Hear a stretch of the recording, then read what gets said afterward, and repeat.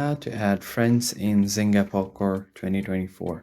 It's a really easy step, so let's see how you can add friends. First, open your Zynga Poker and make sure to log into your account. And once you open your poker, what you want to do is tap on this friends icon at the bottom.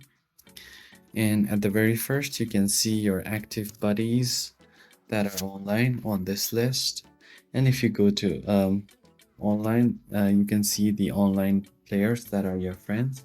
On active, you can see them if they're playing, and on all, you can see all of your friend list. Now, if you go to the referrals right here, you can refer a friend to get 100,000 free chips.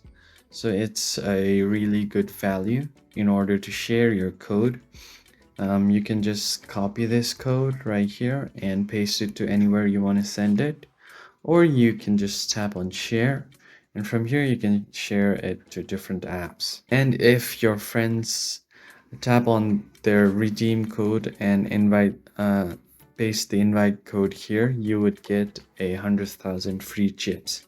You can check your request right here and your recent players, the players you recently played with, at the very bottom. And that's how you add friends on Zynga Poker 2024.